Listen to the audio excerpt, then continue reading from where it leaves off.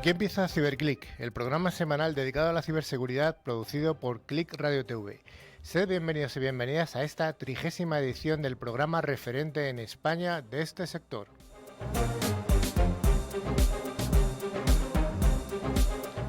CiberClick lo realizamos un equipo de expertos profesionales de la seguridad informática, que es una de las áreas de las tecnologías de la información y de Internet de mayor crecimiento y de mayor demanda de expertos.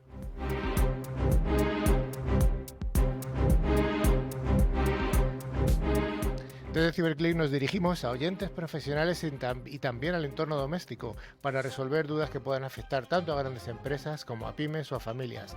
Damos además un cordial saludo a todos los estudiantes que tienen interés en la ciberseguridad, animándoles a formarse para formar parte de este pujante sector.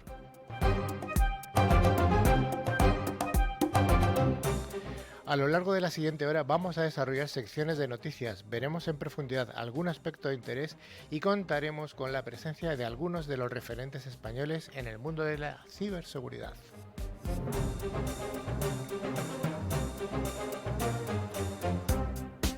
Para llevar a buen puerto CiberClick hoy contamos con un equipo de cuatro personas de las cuales una no ha llegado, que está metido en su atasco correspondiente. En primer lugar, a mi extrema izquierda hoy tenemos a Vicente Ramírez. ¿Qué tal, Vicente? Buenas tardes, Carlos, muy bien. Bueno, ya nos contarás tu experiencia de mañana, sí. dentro de un ratito. A mi centro izquierda, Daniel Vaquero. Hola, buenas tardes. El chico de la barba. Sí. Para los que estéis viéndonos. A mi centro derecha, Sergio. Hola. ¿Qué tal? Muy bien. Y luego tenemos dos invitados que presentaremos. Vamos a presentar ya. Francisco Martín. Hola, Francisco. Hola, buenas tardes. Y don Pablo Castellanos. Hola, buenas tardes. Encantado de estar aquí. Bueno, pues quien habla soy yo, que soy Carlos Lillo, y juntos vamos a desarrollar a lo largo de la siguiente hora o 50 y tantos minutos CiberClick, y esperamos que sea que se llene de contenidos interesantes para todo el mundo. Así que... Bueno, de todos modos ya sabéis que este programa tiene una vocación bidireccional. Nos gusta que participéis y nos podéis mandar vuestras noticias, vuestras fotos, etcétera. Para ello tenemos el correo habilitado info@ciberclick.es y los perfiles de LinkedIn y Facebook. Además también podéis mirar nuestra página web, que se llama www.ciberclick.es. Y antes de empezar la sección de noticias, queremos informaros de que al final del programa vamos a hacer nuestro concurso habitual y semanal. Los dos oyentes que resulten ganadores recibirán una licencia anual del antivirus Bitdefender, facilitado por Ingecom, mayorista de valor. Cada premio está valorado en 40 euros y simplemente hay que responder a una pregunta relacionada con el contenido de este programa de hoy. Así que merece mucho la pena prestar atención. Vicente, ¿cuál es el contenido del programa de hoy? Bueno, pues hoy vamos a tratar la noticia de ciberseguridad, un monográfico de ingeniería social, y vamos a tener la entrevista al niño de Ángel y por supuesto vamos a la entrevista a las dos personas que nos acaba de presentar, perdona. Tenía mal una errata aquí y bueno, finalizaremos con el concurso habitual, ¿no? de cada semana. Bueno, vayamos al primer bloque de estas noticias jugosas de la semana.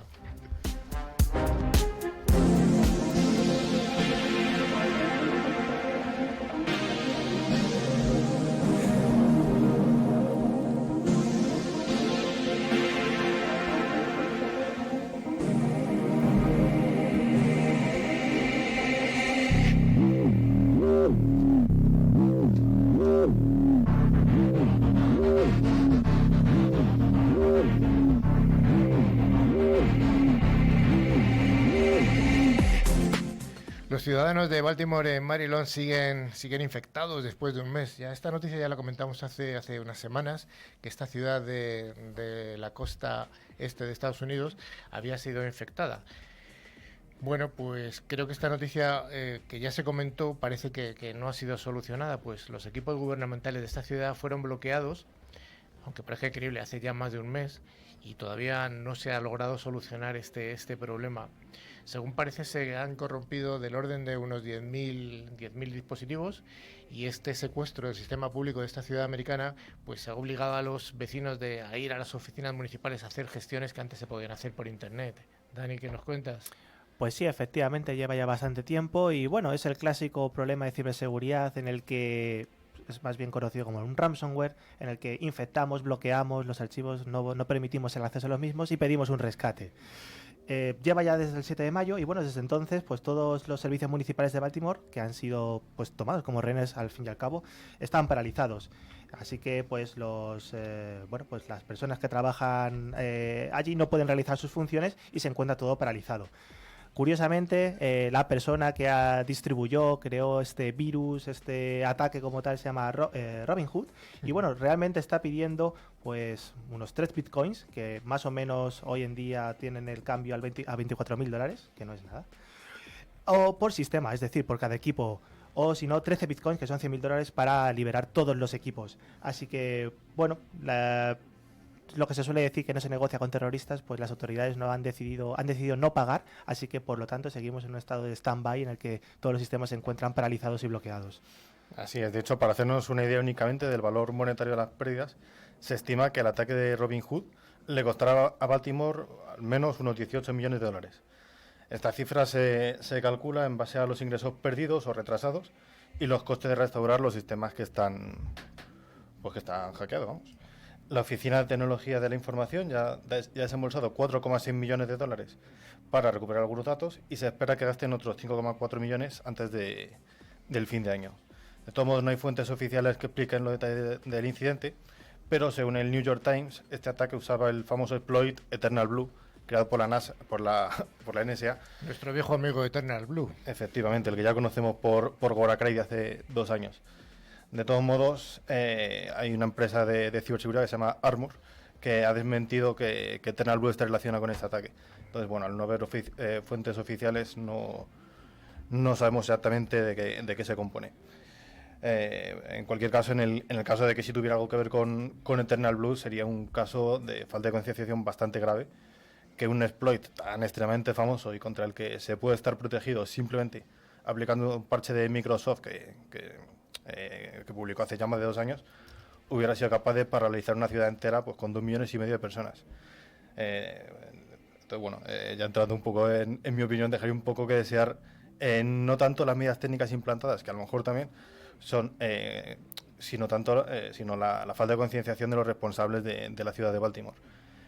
Ya hablamos de la concienciación hace unos programas y yo creo que, bueno, suponiendo eso, que el causante de Eternal Blue fuera causante de todo esto, habría un caso muy fácilmente evitable y que, bueno, aplicando parches de seguridad muy básicos, pues se podría haber evitado, pero bueno. Y la consecuencia es que los habitantes al final de Baltimore no pueden gestionar sus multas, sus impuestos, en fin. Bueno, pues así estamos. Y esto pasa en el primer mundo, ¿no? El primerísimo mundo. Sí, sí, por supuesto. Bueno, vayamos a la siguiente de las noticias, que nos dice que no piques en esta estafa que circula por WhatsApp. Las mujeres son las principales víctimas.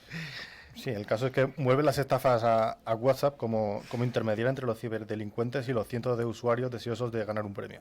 En este caso toca tener cuidado con la encuesta que promete un kit de productos L'Oréal Paris en WhatsApp. En cualquier caso, ya adelantamos que no, que nadie va a regalarte un kit de productos L'Oréal Paris en WhatsApp solo por responder una encuesta. Lo único que harás será regalar tus datos privados a un grupo de ciberdelincuentes. Pero vayamos a conocer más de cerca esta nueva estafa que corre por WhatsApp y luego te daremos algunos trucos para que seas capaz de detectar los bulos de WhatsApp y las estafas como esta, que promete un kit de productos, hemos dicho, como de L'Oréal Paris. Una vez que te llega un mensaje que se parece a, mira, una http://l'oreal.com/.gol.plus. Normalmente también es posible que si te llega este intento de phishing haya como un marcador arriba en el mensaje que ponga forwarded o reenviado. Pues normalmente, bueno, esto se suele reenviar, no lo crea tu mejor amigo. Sí, es cierto que ahora el mensaje en sí son productos de belleza de L'Oréal, por eso se comenta que, bueno, las víctimas objetivos suelen ser un poco las mujeres. Pero pensad que este mensaje puede variar en el tiempo, puede ir cambiando, ya lo hemos visto con estafas en las que te regalan pues un mes de suscripción a Netflix quizás, un regalo por el Black Friday para Amazon o el Prime Day o algo por el estilo. Al final siempre es lo mismo, hay una especie de link, una URL en el que hay que pinchar y hay que meter datos. Recordad que nadie regala nada, no no dan duros a 4 pesetas, como Ni se siquiera decía hace años. ¿Es falso entonces ese que pinché yo que ponía que me regalaban un carro de Mercadona de 1.000 euros? ¿Era falso? Hombre, ¿te ha llegado? Sí. No, no me ha llegado el carro. Efectivamente, entonces sospechar siempre de estos regalos tan buenos, probablemente porque este tipo de estafa va a ir cambiando en el tiempo, irán cambiando los mensajes, pero al final siempre es lo mismo. Y por supuesto, si nos equivocamos, hacemos link, nunca metamos nuestros datos personales, nunca descarguemos ninguna aplicación que no conocemos si no son de los repositorios oficiales. Pues no, no lo hagamos porque nadie da duros a pesetas y nadie regala nada. La siguiente noticia nos habla también de un clásico de los móviles de Android. De vez en cuando damos noticias sobre Android, damos menos sobre Apple, pero bueno. Parece que Google ha admitido por fin que, bueno, admite muchas veces cosas, pero admite que móviles Android salieron con un virus de fábrica. Los teléfonos abandonaron la cadena de producción con el software malicioso ya instalado que permitía ejecutar cualquier aplicación. Dani, esto me preocupa. Pues sí, efectivamente, la noticia, bueno, la ha dado a conocer Kaspersky y al parecer se trataba de un troyano que ya venía de serie en los teléfonos y lo que hacía era bajar otras aplicaciones adicionales. En este caso, pues las clásicas de robo de información o que hacían funciones de spam, por ejemplo, para engañar quizás a estadísticas de uso de la navegación, por ejemplo.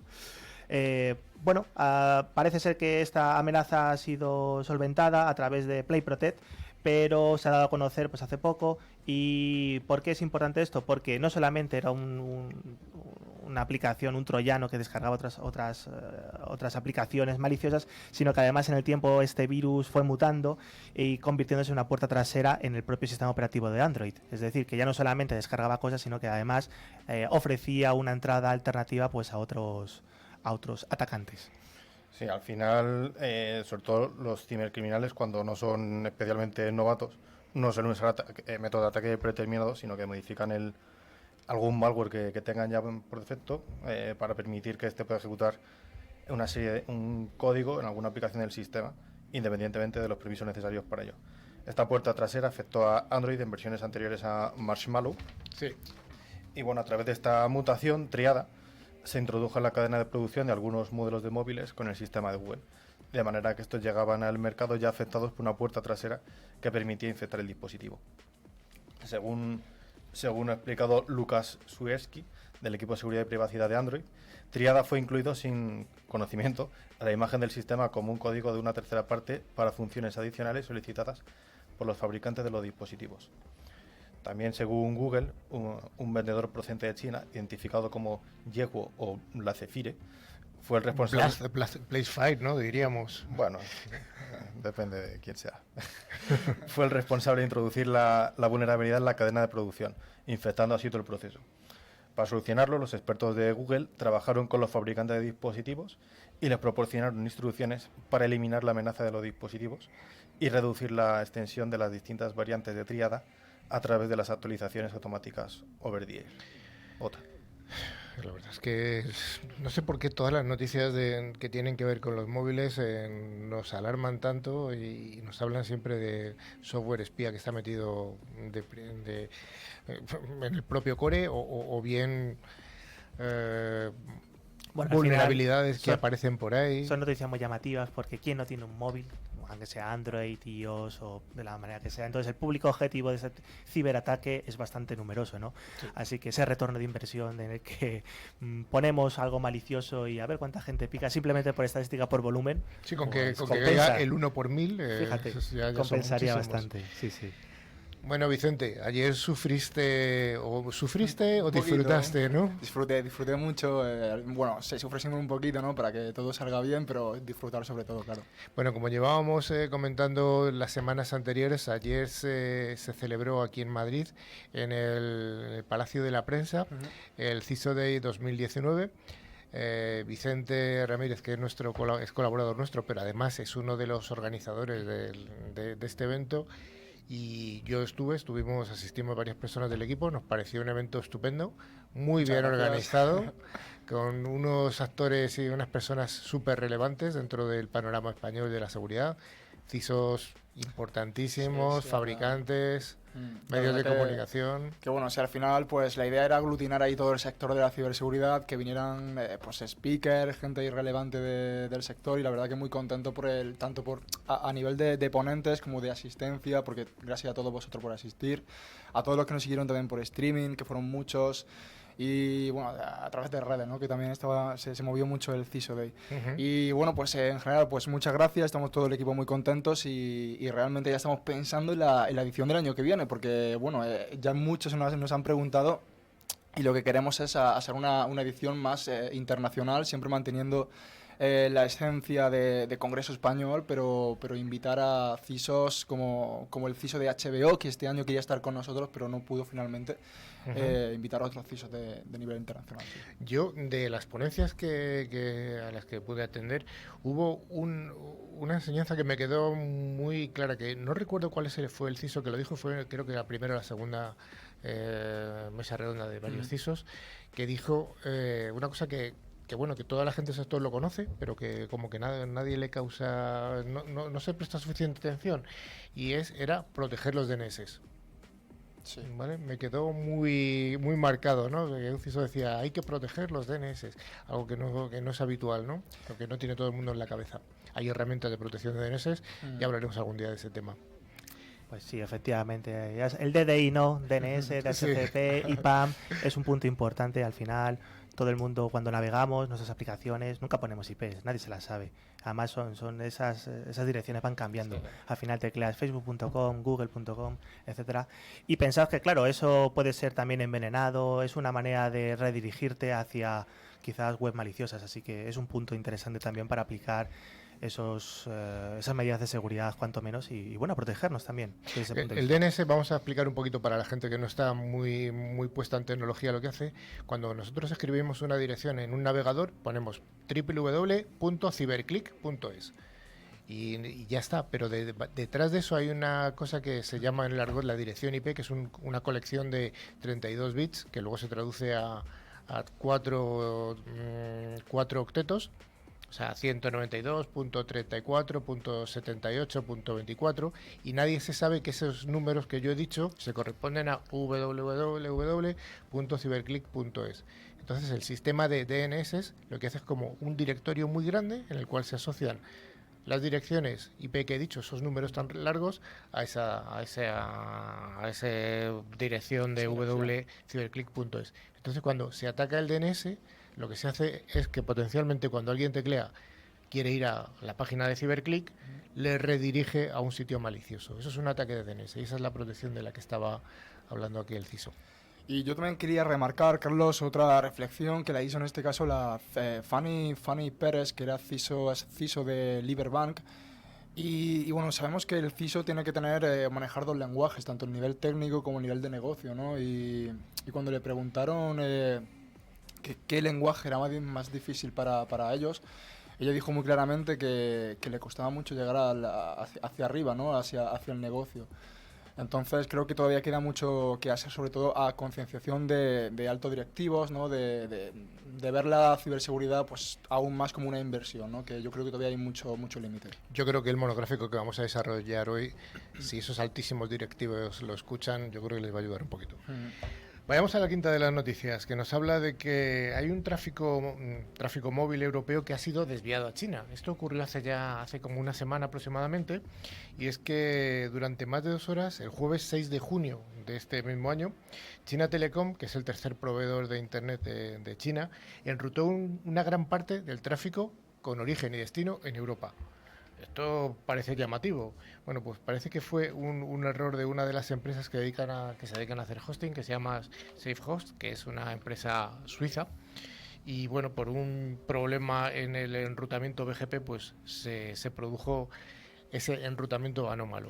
Sí, lo llamativo es que China Telecom publicó la ruta de SafeHost en su infraestructura en lugar de descartarlas, y al hacerlo su red pasó a ser el camino más corto para llegar a SafeHost y a otras compañías de telecomunicaciones y proveedores de servicios de Internet cercanos.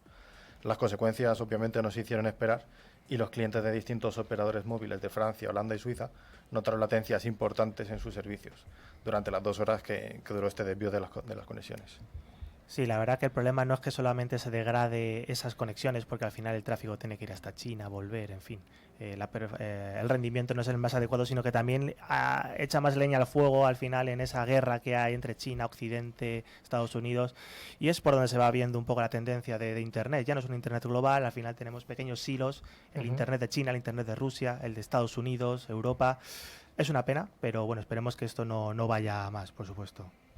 Esperemos que haya sido un simple fallo y hasta que parece ser que ha sido un fallo de enrutamiento. Bueno, con los chinos nunca se sabe. Bueno, pero se produjo desde aquí, desde Europa. La siguiente noticia nos habla de una nueva campaña de extorsión. Pues parece que siempre estamos hablando de lo mismo, pero es que es lo que hay. Como si este programa fuera de políticos, pues hablaríamos de problemas políticos. Estamos hablando de los problemas de la ciberseguridad. Se ha detectado una nueva campaña de spam cuyo objetivo principal no es el publicitario, sino la extorsión a través de la difamación del sitio web de la víctima. El spam, también conocido como correo basura o correo no deseado, es una técnica muy utilizada en la que el atacante envía correos electrónicos de forma masiva para trasladar el mensaje deseado del atacante a la víctima. Sí, en los últimos tiempos esto ha evolucionado de forma que se intenta hacer una extorsión a la víctima afirmando haber hackeado su ordenador y tener material sexual obtenido en la cámara web procedente de su ordenador. Si el chantaje no fuese aceptado, se terminaría publicando todo el material obtenido de la víctima. A este spam se le ha llamado sextorsión. La nueva campaña de spam detectada ha evolucionado en torno a las páginas web empresariales o de negocio en lugar de personas físicas. Esta extorsión tiene como objetivo atacar la imagen de la página web. Para hacer esto, los atacantes amenazan con utilizar la imagen de la empresa afectada, suplantación de identidad, en miles de sitios web mediante el formulario de contacto de estas páginas web. Bueno, hay que decir que este tipo de spam no es simplemente publicitario, como lo que hemos dicho, sino que vamos a un delito, ¿no? Porque estamos atacando a una persona. Y ya nos vamos a la última noticia, que vamos a ligar la ciberseguridad con el fútbol. Esto ya es la bomba, no hay nada mejor que esto. Porque han robado ciberdelincuentes al PSG, al equipo de París, más de 500.000 euros a través de la compra de un jugador que es un jugador argentino que se llama Leandro Paredes, que yo no le conozco, no tengo el gusto. Entonces parece ser que este jugador provenía de un equipo ruso. Y en la transacción entre dos equipos hay que pagar una cantidad al equipo del que es origen este jugador. Este jugador era de Argentina y el equipo originario de él era Boca Juniors.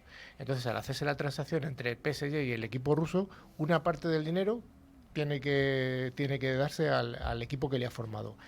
Bueno, pues parece ser que en el correo que se envió pidiendo o reclamando ese dinero hubo una suplantación de identidad y cayeron los argentinos. Boca Juniors pagó. Esto es el clásico ataque del CEO, Sí. en el que se le envía un email, por favor, transfiere, por ejemplo, suplantando la identidad de un secretario o secretaria, en el que se le dice al CEO, transfiere, o sea, al revés, perdona que me estoy equivocando, suplantando al CEO y se le envía, pues por ejemplo, a comunicaciones de una empresa o departamento financiero, diciendo que hay que transferir cierta cantidad de dinero a pues una cuenta bancaria. Por supuesto, eso es un ataque malicioso. El departamento financiero confía en esa notificación que le ha llegado supuestamente del CEO de la compañía y una vez que se ha transferido el dinero a ese tipo de cuentas en los que por supuesto están en un paraíso fiscales, se va cambiando de cuenta, es muy complicado hacer el seguimiento, pues ahí te he visto. A ver quién recupera eso. A ver quién recupera eso. Parece que no. Parece que los de Boca se han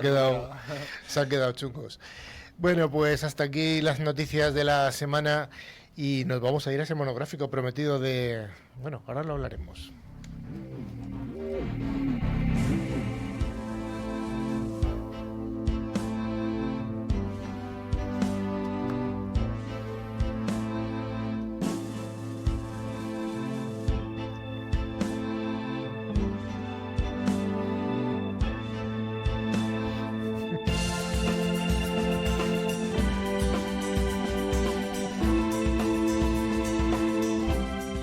El concepto de hoy de este monográfico es ingeniería social. ¿Qué es la ingeniería social? ¿Es una carrera nueva? ¿Es un grado que hay que estudiar en alguna universidad? Aquí tenemos un profesor, creo que no hay una carrera que se llama ingeniería social. No, por ahora no. De momento no. Ya la habrá. Bueno, ¿qué es la ingeniería social? Pues siendo CiberClick un programa dedicado a la ciberseguridad, ya estamos viendo asociado que es social y ciberseguridad. Vamos a ver de qué va esto. Bueno, pues esto va de engañar. Algo tan sencillo como eso, de una forma muy sencilla. Luego ahora lo vamos a desarrollar. ¿Qué es esto? Sí, la ingeniería social simplemente consiste, pues como bien has dicho, en engañar a una persona que tenemos como objetivo, utilizando pues métodos que pueden ser tanto informáticos como métodos más clásicos. No tiene por qué ser usando necesariamente un ordenador, aunque suele estar obviamente involucrado. Bueno, la ingeniería social es una de las técnicas más utilizadas por los ciberdelincuentes para conseguir un ataque exitoso. Vicente, ¿qué nos puedes contar en pocas palabras acerca de la ingeniería social? Así es, Carlos. La ingeniería social, como indicáis, consiste en utilizar técnicas de manipulación para convencernos al final de que actuemos de una determinada forma y sacar a ellos a cambio un beneficio. Y es que nuestro comportamiento debemos recordar que es predecible y los expertos en psicología saben qué teclas tocar para conseguir algo de la otra persona. Pero como decimos, no hay nada nuevo bajo el sol y la estafa de toda la vida, como por ejemplo el tocomocho, que yo lo he aprendido ahora, que son los típicos billetes de lotería premiados y falso, que para los más jóvenes como yo, por ejemplo, pues no estamos al tanto, o la estampita, ¿no? Los billetes del tonto falsos. Sí. O la estafa nigeriana, por ejemplo, ¿no? Que también es muy conocida, como que es el premio falso. Todo esto no depende de la tecnología, sino que depende de la facilidad que se puede manipular el comportamiento de una persona. Estas mismas técnicas que se han reinventado y adaptado a los nuevos tiempos, utilizando nuevos canales y nuevas tecnologías, en la ingeniería social interviene más la psicología, digamos, que la tecnología. Es por tanto que no existe ningún sistema informático que nos pueda proteger de un ataque de este estilo, ¿no? Porque es mucho más sencillo manipular a una persona que intentar romper la seguridad de un sistema informático. Y por eso la mayoría de los cibercriminales no invierten pues mucho tiempo en probar tecnologías complejas para sus ataques, ¿no? Sino que aprenden pues, técnicas de ingeniería social. De hecho, existen páginas web con información valiosa donde aprender los métodos más conocidos, ¿no? para engañar. Páginas web, de momento universidad hemos quedado que no. Que por supuesto de Ciberclick no vamos a dar publicidad. Tampoco. No. Me parece que fue un invitado aquí que tuvimos hace un tiempo que dijo que la persona no es que sea necesariamente el eslabón más débil, sino que es el eslabón más importante. Sí, Y al también. final también por eso es al que se le intenta atacar. Efectivamente, el error de capa 8, ¿no? Tenemos Sí. millones de elementos de seguridad, internos, externos, perimetrales, de todas las maneras. Y si al final el usuario clica, hace algo mal, pues vamos a estar infectados. Y es que las técnicas de manipulación son súper antiguas. Ya desde los años 80 hay un fantástico libro que habla de un tal Cialcini, que habla un poco de esos principios de la influencia y que se lleva estudiando pues en las universidades, en las escuelas de marketing, en publicidad y ventas desde hace muchísimo tiempo, pues un poco para comentar los 6 principios básicos de la influencia, ¿no? Que al final es la parte fundamental que tiene la ingeniería social. Nos vas a contar los 6 principios, ¿verdad? Pues ya que estamos, sí, Venga, ¿no? tírate al primero. Bueno, el primero de ellos es muy claro, es la reciprocidad, ¿no? Habitualmente cuando alguien nos regala algo, pues nos hace un favor, pues nos sentimos un poco en deuda con esa persona, ¿no? Y entonces tratamos de devolverlo.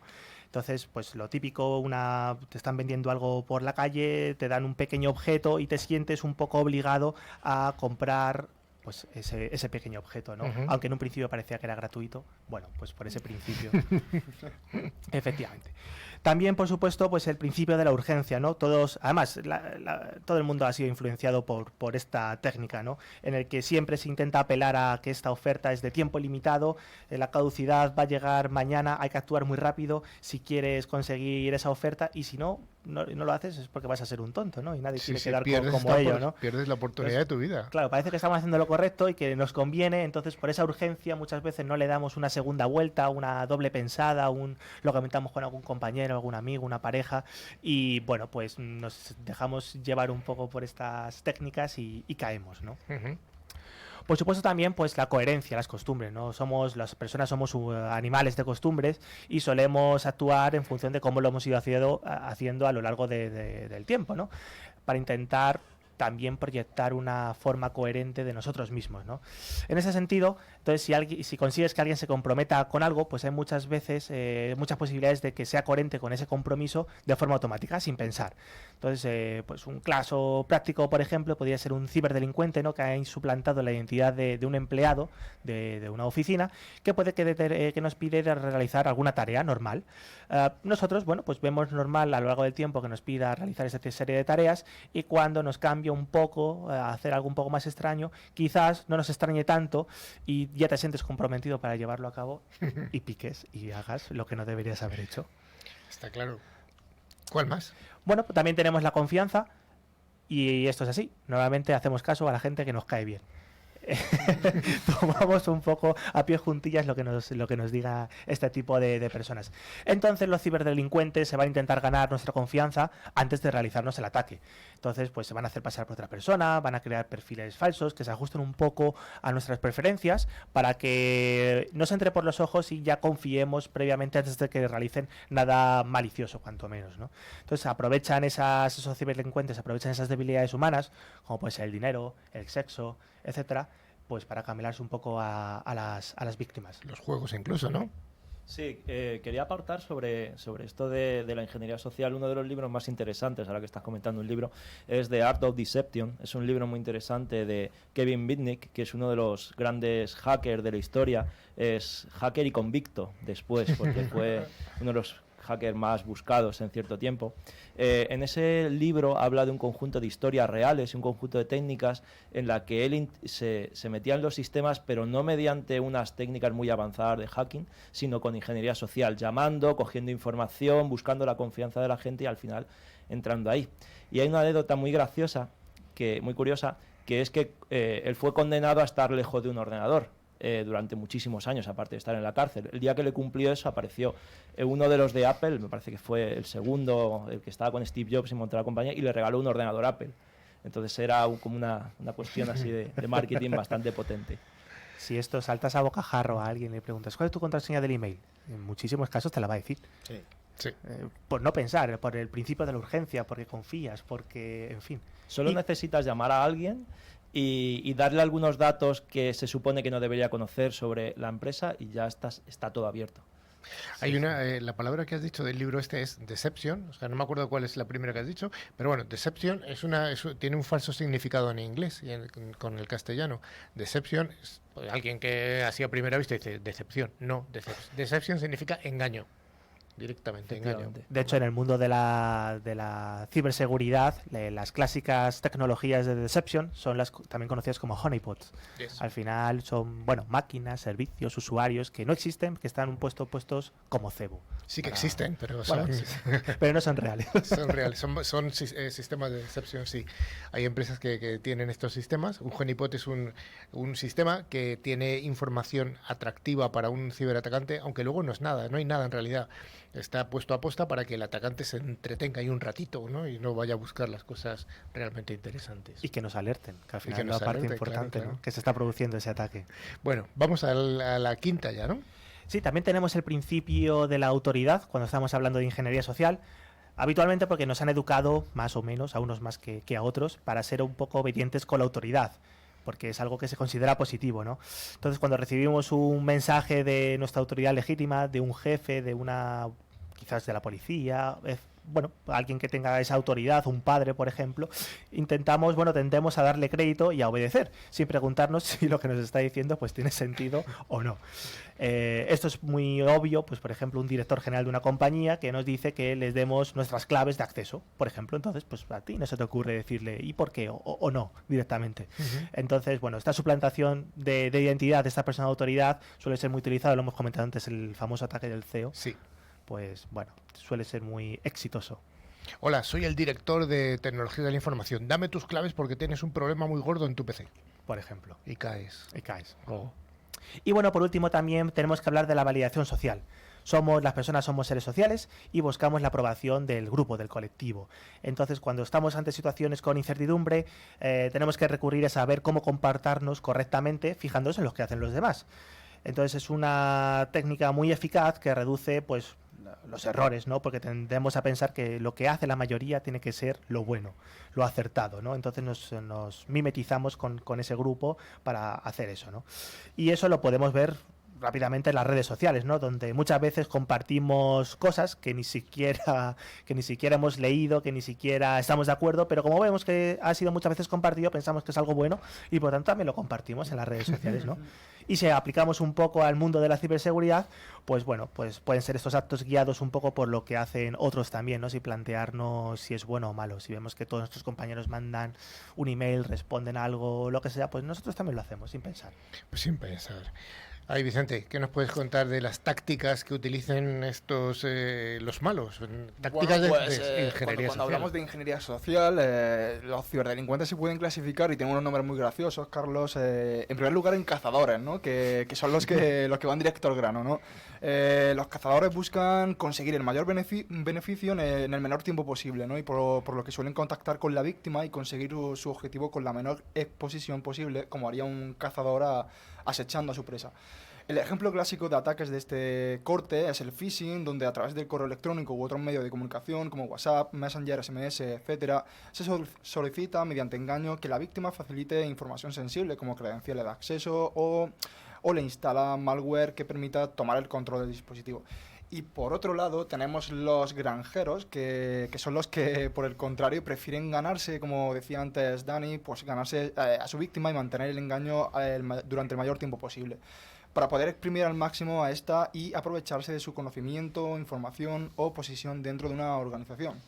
Este tipo de ciberdelincuentes se camelan a sus víctimas utilizando información recopilada en redes sociales o robada directamente, y consiguen ganarse su confianza hasta que consideran que está lista para recolectar sus frutos. Un ejemplo claro, Carlos, de este tipo de engaños es el de las novias rusas que se enamoran por internet, ¿no? Que eso no es verdad. No, Dani, que no. Novias rusas, o siempre hemos dicho, o bomberos canadienses. Sí, por poner un ejemplo. Dani, bueno, pues ¿cómo podemos defendernos de este tipo de ataques de ingeniería social? Pues lo primero hay que reconocer que todos hemos caído. No ya que hayamos hecho una acción fraudulenta, pero todos hemos caído en estas técnicas de ingeniería social, ¿no? Porque ¿quién no ha comprado alguna vez esa oferta irresistible que nos había llegado de alguna manera? Por si acaso, yo yo creo que es falso, pero por si acaso voy a pinchar, ¿no? A ver si el carro de la Mercadona era de verdad. Sí, la verdad, al final esas técnicas son muy difíciles de evitar y hay que tener un gran entrenamiento, así que ser muy consciente de lo que se está realizando para poder reconocerlas. La verdad que si estas técnicas son muy sofisticadas o muy avanzadas, pues posiblemente caigamos en la trampa, pero no pasa nada porque nosotros desde CyberClick vamos a proponeros algunos consejos, algunas técnicas para identificarlas y al menos no caer o al menos estar un poco en guardia, pues para detectarlas lo antes posible y bueno, darse cuenta y no llevar a cabo lo que nos estén pidiendo, ¿no? Y el primero lo hemos dicho antes. Si algo es bueno, demasiado, es más, si es demasiado bueno para ser verdad, es que seguramente no lo es. Y entonces, pues tiene que tener un truco, donde sea. Bueno, ahí lo hemos comentado antes, sí. Esos dichos, ¿no? de que no se da duros a 4 pesetas, obviamente. Entonces, si te ofrecen pues mucho dinero simplemente por tu cara bonita, porque no hagas nada, porque cliques aquí y no tienes que hacer nada, pues seguramente es una estafa. Sí. Entonces hay que evitar ser compulsivo, por supuesto. La urgencia, las prisas nunca son buenas, no son buenas consejeras. Siempre que intentemos, bueno, que haya algo que comprar, alguna acción que nos parezca un poco sospechosa, démosle una vuelta, pensémoslo un poco más sosegadamente. Olvidémonos de esa urgencia, que no hay nada que tenga que ser ya para allá mismo. Nada. Y también lo hemos comentado en otros programas, hay que desconfiar siempre de esos correos que nos piden datos personales, sobre todo si vienen desde nuestros bancos, desde nuestras compañías de gas, de electricidad. Nunca ninguna compañía nos va a pedir por correo electrónico datos personales. Entonces, si tenemos una sospecha, nos llega ese tipo de emails, lo más sencillo es llamar a esa compañía, verificarlo, que rápidamente nos dirán, no, esto no es nuestro, es una estafa, es un phishing, es lo que sea, pero no tenemos que caer en esas técnicas. Obvio. Y además, lo habremos visto muchos, esos mensajes que nos llegan habitualmente suelen estar un poco mal redactados, entonces hay que fijarse un poco. Si nos fuera un mensaje real, las compañías se cuidan muy mucho de ese look and feel, de esa interfaz, de que esté correctamente, gramaticalmente escrito. Entonces, bueno, esos pequeños errores nos pueden dar también la pista de que hay algo que no es correcto. Pero no escucharon este programa los de Boca Junior y había no lo escucharon y había un error en el correo, que en vez de AR, que es de Argentina, era AN, Y cayeron, Efectivamente. cayeron. Así que fijarse pensad que bien, siempre que tengáis sospecha, buscáis o simplemente dedicáis 5 minutos a buscar información por internet y rápidamente vais a ver si esa oferta es real, si no, o al menos información que os pueda ayudar un poco a discernir, ¿no? Bueno, pues hasta aquí este apasionante tema de la ingeniería social y yo no sé si realmente va a haber al final alguna carrera o algún grado al menos sobre esto.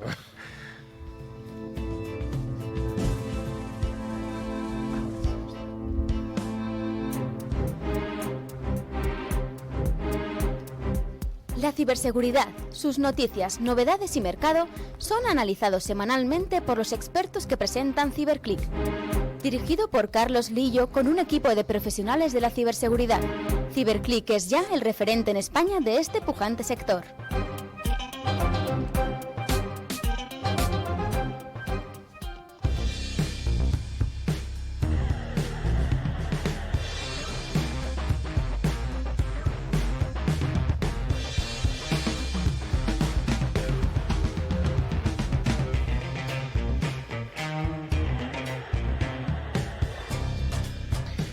Bueno, pues hoy tenemos el placer y el honor de contar con dos personas aquí invitados.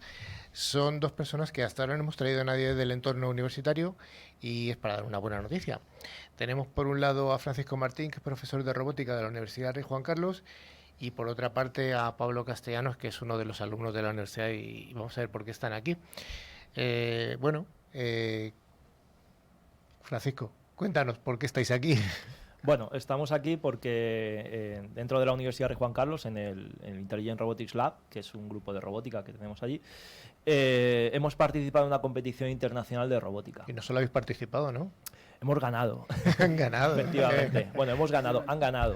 Han ganado porque nosotros habitualmente participamos en estas competiciones, llevamos cerca de una década o más compitiendo, 15 años, y es la primera vez que llevamos a un equipo de junior, a unos chicos que están estudiando el grado en telemática, grado en robótica, software, que son los grados que tenemos, y se han ido a Italia y han vuelto con el trofeo.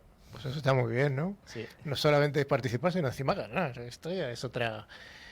Bueno, don Pablo, ¿qué tal se siente al ganar? Bien, la verdad es que yo, por ejemplo, soy de primer año y la verdad, entrar en un equipo así y poder tener esta experiencia de ir a... Bueno, nosotros hemos competido en Italia y, bueno, pues poder ir a Italia a competir y además traernos el trofeo, pues una gran experiencia.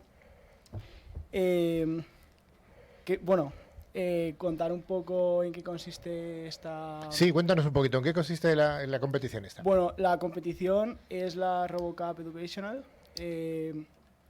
Básicamente, este tipo de competiciones las organiza la RoboCup Federation, que es un organismo internacional que se dedica pues, a promover todo lo que son competiciones de robótica y la investigación en inteligencia artificial y en robótica.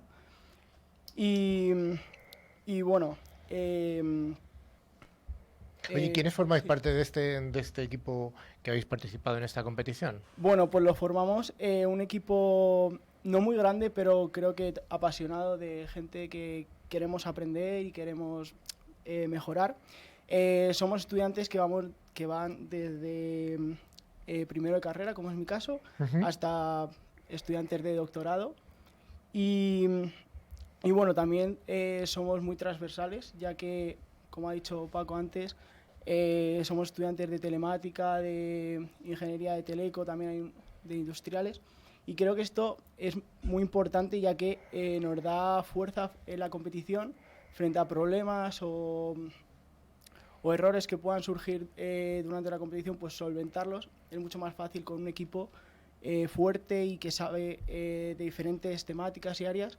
Pues solventar estos problemas, pues la verdad es que nos da ventaja sobre otros equipos. Francisco, la transversalidad de este equipo, que dice que hay estudiantes o gente que ha participado con distintos estudios, es crítica o es importantísima para llevar a éxito un proyecto de este tipo, ¿no? Efectivamente, son situaciones en las que se te enfrentas a un conjunto de pruebas, tienes que solucionarlas, entonces entran en funcionamiento muchos de los conocimientos que damos allí, Entonces hay conocimientos que tienen que aplicar de electrónica, con lo cual la gente industrial suele estar más especializada en estas cosas. Los sistemas robóticos son muchas veces sistemas distribuidos, con lo cual la gente de telemática también tiene mucho que decir en estas competiciones, y luego pues tiene una gran carga de programación, de comportamientos robóticos, de inteligencia artificial, en la que pues, los chicos de robótica pues también están ahí al pie del cañón. Entonces son prácticamente todos de grado, como decía Pablo, y luego el team leader sí que era uno de mis estudiantes de doctorado, Jonathan Ginés, que es el que fue. Sí. No solo los 4 chicos que fueron, también es un equipo formado por más gente, hay como 10 o 12 estudiantes, entonces ahora han podido ir 4, el año que viene iremos a Francia, entonces espero que podamos ir un par de equipos, iremos 8 personas. No, si ganáis volvéis a venir, ¿eh? Si ganamos, traemos aquí el trofeo, sí. Y el robot. Y el robot, oye, ¿con qué robot habéis competido? Contarnos un poco. ¿Hacéis peleas de robots o qué hacen? Ojalá. No, nuestro robot es un modelo Kobuki, para quien no conozca, no esté muy familiarizado. Es un robot tipo aspiradora Rumba. Sin embargo, bueno, pues está adaptado a la competición. De alto más o menos mide unos 70 centímetros y tiene como varios módulos. Entonces ahí podemos encajar pues todos los sensores y además el ordenador, que básicamente pues el cerebro que mueve el robot. Oye, ¿qué tipo de competición habéis tenido que hacer? Bueno, pues la competición son tres pruebas principales, en las cuales, bueno, pues cada una pues es más difícil que la anterior, lógicamente, y sobre todo lo que se evalúa en este tipo de competiciones no es tanto el hardware como en muchas competiciones de robótica, que se evalúa pues ese hardware o esa forma del robot, sino su inteligencia y cómo integrando diferentes partes de software o esos paquetes, ¿no? Nosotros utilizamos ROS, pues llegamos a interactuar con él, a hablar, a que reconozca objetos. O sea, tenéis distintos desafíos y tenéis que ir solventándolos, ¿no? Y bueno, aparte de estas 3 pruebas, hay una cuarta que es totalmente libre y la verdad es que es bastante interesante porque es en esa prueba donde también los equipos pueden mostrar lo que saben y también lo bueno de este tipo de competiciones es que o sea, el ir allí ya es un premio. Entonces, es un premio, evidentemente, hombre. Entonces, los equipos que van ahí van a aprender también y el poder enseñarles lo que tú realizas y los equipos, pues también se crea como una serie de comunidad donde todos aprenden de todos y básicamente esa prueba es donde enseñas a otros equipos a... Paco, ¿de dónde eran los participantes, los equipos? ¿Eran de varios sitios? Sí, eran de toda Europa. Esto fue organizado por la gente de Italia, Luca Iocchi, de la Universidad de Trieste. Y nos llamaron a Vicente y a mí. Vicente era mi director de tesis y somos los únicos que hemos estado participando en España. Es una pena que tan poca gente participe en la RoboCup de España. Y nos llamaron porque querían realmente tener también un equipo español. Entonces fueron de España. ¿De dónde más fueron, Pablo? Fueron de Hungría. Bueno, había un equipo mexicano.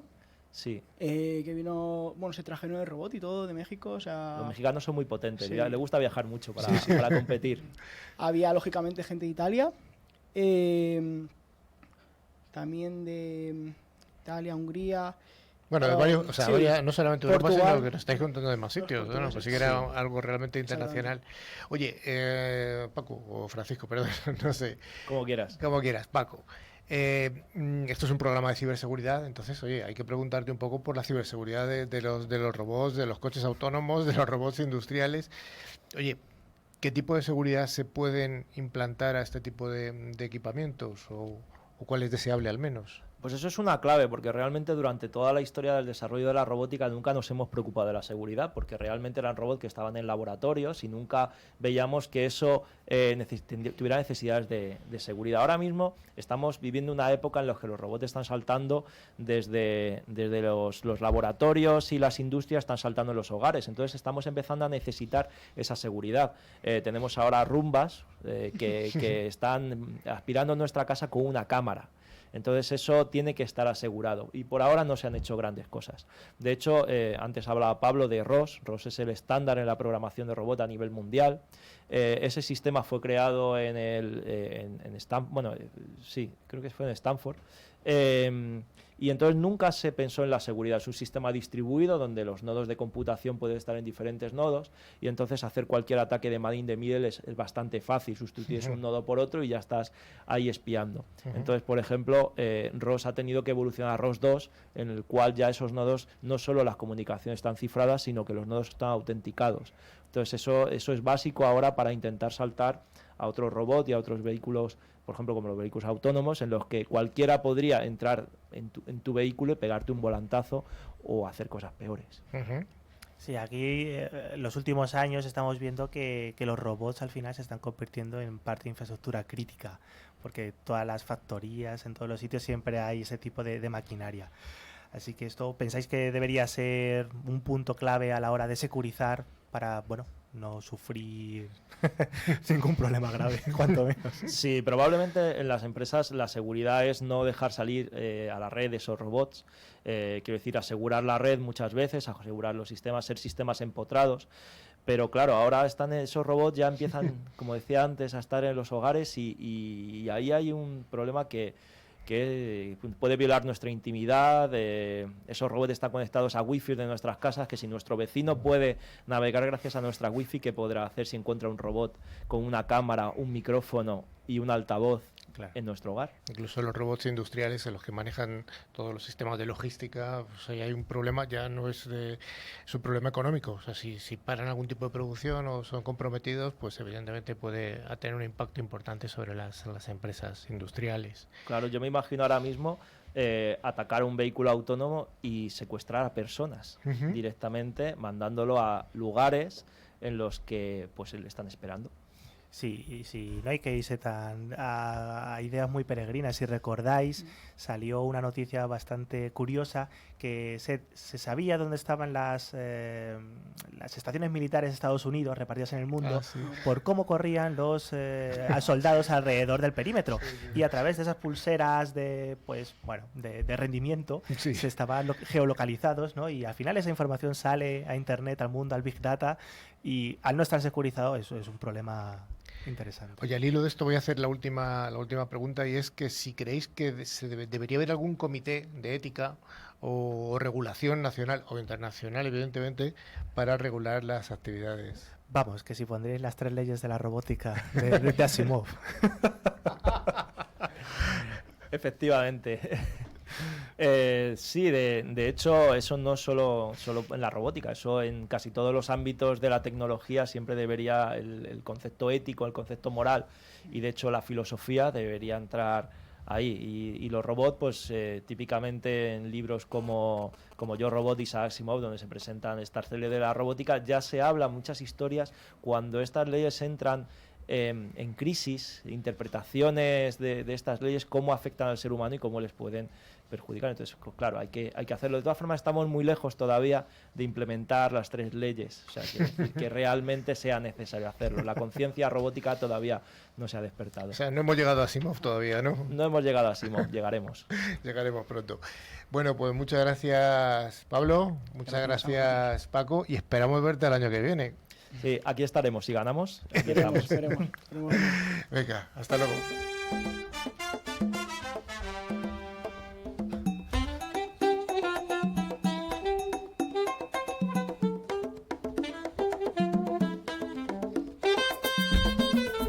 Bueno, pues llega el momento final del programa y con él enlazamos con el concurso, el famoso concursazo en el que regalamos unas licencias de antivirus. Siempre lo decimos, antivirus siempre de pago. Nunca tengáis un antivirus gratuito en casa. Gracias a Engecom, mayorista de valor, vamos a sortear 2 licencias anuales de antivirus con calidad profesional, en este caso del fabricante Bitdefender. Engecom es un distribuidor español especializado en ciberseguridad. Dentro de su amplio catálogo de productos cuenta con Bitdefender para la defensa avanzada de los puestos de trabajo o endpoints. Efectivamente, bueno, los ganadores de la semana pasada fueron Ainhoa Pérez de Vizcaya y Lourdes Mateo de Madrid. Enhorabuena a ellos y bueno, les enviaremos su premio por email. Es importante recordar que la licencia se debe instalar en las 24 horas siguientes a la recepción. Sergio, la pregunta para la siguiente semana, ¿cuál va a ser? Bueno, pues esta semana vamos a preguntar, por ejemplo, ¿dónde ha sido la competición RoboCup de este año? Es fácil. Y para concursar solamente debéis enviar un email a nuestro correo info@ciberclick.es. info@ciberclick.es. Tenéis que indicar vuestro nombre, dirección y teléfono contestando a la pregunta... ¿Qué pregunta era, Sergio? ¿Dónde se ha celebrado este año la RoboCup 2019? Y de entre todas las respuestas correctas sortearemos 2 ganadores. Admitimos respuestas hasta el 20 de este mes, de junio. De todos modos, os recordamos, como siempre, que para cualquier sugerencia o bueno, para estar en contacto con nosotros, pues podéis contactar a través del correo que ha dicho Dani o por LinkedIn o Facebook, donde también publicamos noticias y avances del programa, además de vídeos y documentos relacionados siempre con la seguridad. Y siempre podéis escuchar este podcast y los programas anteriores a través de las plataformas de iVoox, Google Podcast o Spotify, buscando por la palabra clave Ciberclick, con doble I latina. Ya que va 11K, siempre lo digo. Cierto. Bueno, Vicente, todavía no se pueden apuntar nuestros oyentes al CISO Day 2020, ¿no? Todavía no, y estamos pensando si antes de finalizar el año tendremos otro evento por parte de nuestro medio. Sí. Estar atentos. Estimada audiencia, hasta aquí ha llegado Ciberclick. Esperamos haber cumplido nuestra parte del contrato y que el programa haya cumplido con vuestras expectativas. Damos un cordial saludo a toda la audiencia que se ha incorporado en esta semana. Cada semana se sigue incorporando audiencia, y bastante numerosa, a través de un montón de de emisoras colaboradoras. Un abrazo a todos y a todas y hasta la siguiente edición de Ciberclick. Hasta luego, Vicente. Hasta luego. Pablo. Hasta luego. Don Daniel. Adiós. Don Sergio. Adiós. Paco. Hasta luego. Gracias.